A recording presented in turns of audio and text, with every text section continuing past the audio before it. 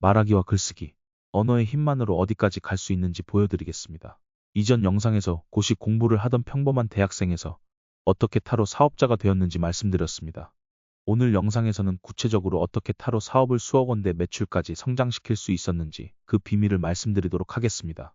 저는 타로 사업을 할 때 20대 여성을 주요 타겟으로 잡고 시작했습니다.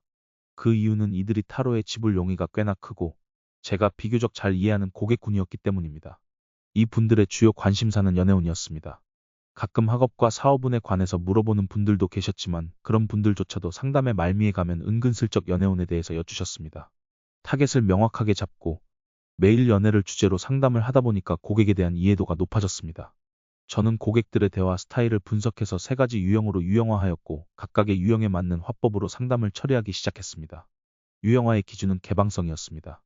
의심이 많고 말씀이 간결한 고객들을 한 유형으로 분류하고 감수성이 풍부하고 새로운 정보에 열려있는 개방적인 고객들을 한 유형으로 분류했습니다. 그 중간 어딘가에 있는 분들도 따로 분류를 했죠. 지금 와서 생각하건대 아마 대기업이 영업하는 방식도 비슷할 것 같습니다. 긴 스프레드시트를 만들어서 관심도를 기준으로 고객을 분류하고 영업 전략을 세밀하게 나눌 듯합니다. 이건 제가 대기업에서 근무하지 않아서 확신하지는 못하겠군요. 처음에는 지인들을 대상으로 타로 상담을 해주었고 제 실력에도 자신이 없었기 때문에 30분에 1만 원의 상담을 진행했습니다. 타로를 봐보신 분들이라면 아시겠지만 정말 저렴한 금액입니다. 이런 구조가 가능했던 것은 제가 오프라인으로 건물을 임대하지 않고 비대면으로 상담을 진행했기 때문입니다. 그러나 고객에 대한 이해도도 높아지고 연애 타로 전문이라는 나름의 자신감도 생기자 가격을 높여야겠다는 생각을 했습니다. 그래서 저는 지인들에게 인스타그램 스토리로 타로 상담 후기를 올려달라고 요청을 드렸고 스토리를 통해 유입되는 지인의 지인분들부터는 가격을 30분에 2만 원으로 높이기 시작했습니다. 바이럴 마케팅과 가격 인상을 동시에 진행한 것이죠.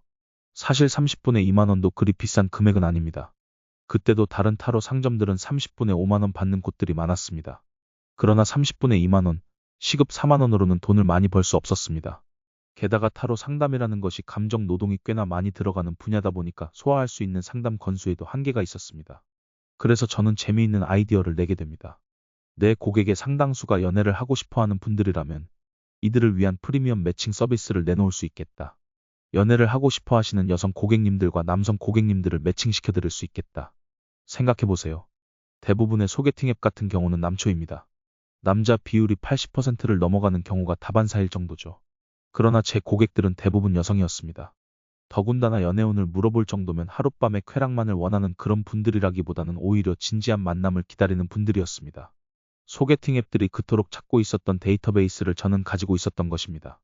다시 말해서 저는 제가 모르는 사이에 고객들의 연애관이나 이상형 등에 관한 정보를 습득하고 있었던 것입니다. 아까 제가 고객들을 3유형으로 분류했다고 말씀드렸죠. 그중 개방성이 높은 유형의 고객들에게 먼저 제 생각을 공유드리기 시작했습니다. 그리고 반응은 생각보다 좋았습니다. 소개팅 앱은 상대가 이상한 사람일 수도 있어서 망설여집니다. 지인 소개는 좋지만 매일 소개를 받을 수는 없는 노릇이죠. 그러나 믿을 만한 사람이 무제한에 가깝게 소개를 해주는 것이라면 할만하죠. 그렇게 해서 저는 전문 중매쟁이로 거듭나게 됩니다.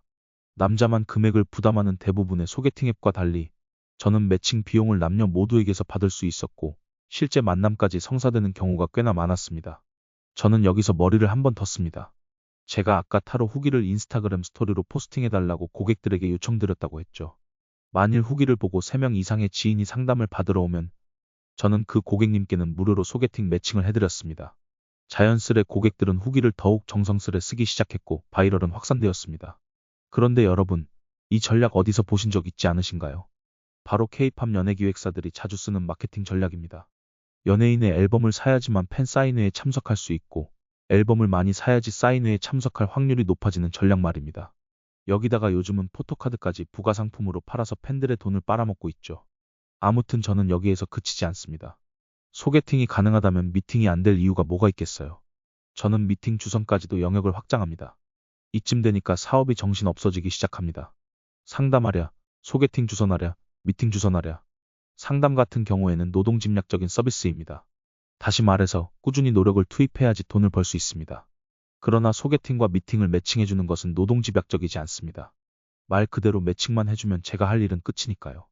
더군다나 테크를 조금 활용하기만 하면 매칭 업무조차도 대부분 자동화됩니다. 여기까지가 제가 특별한 전문성이 없이 말발과 글발로 사업을 성장시킨 방법입니다. 저는 제 스스로를 생각할 때 멋들어지는 스타트업 창업가라기보다는 장사꾼에 가깝다고 생각합니다. 돈 냄새를 맡고 남들이 안 하는 베팅을 합니다. 나중 영상들에서도 이야기하겠지만 사업은 결국 돈을 버는 것입니다. 돈을 못 벌면 스타트업의 거창한 비전이고 미션이고 다 말짱도루묵이라고 생각합니다. 그렇지만 아무런 의미 없이 돈만 버는 것은 지속 가능성에 좋지 않습니다. 사람이 일정 수준 이상이 되면 가치를 찾게 되고 형이상하게 관심을 두게 됩니다. 저 같은 경우도 마찬가지였습니다.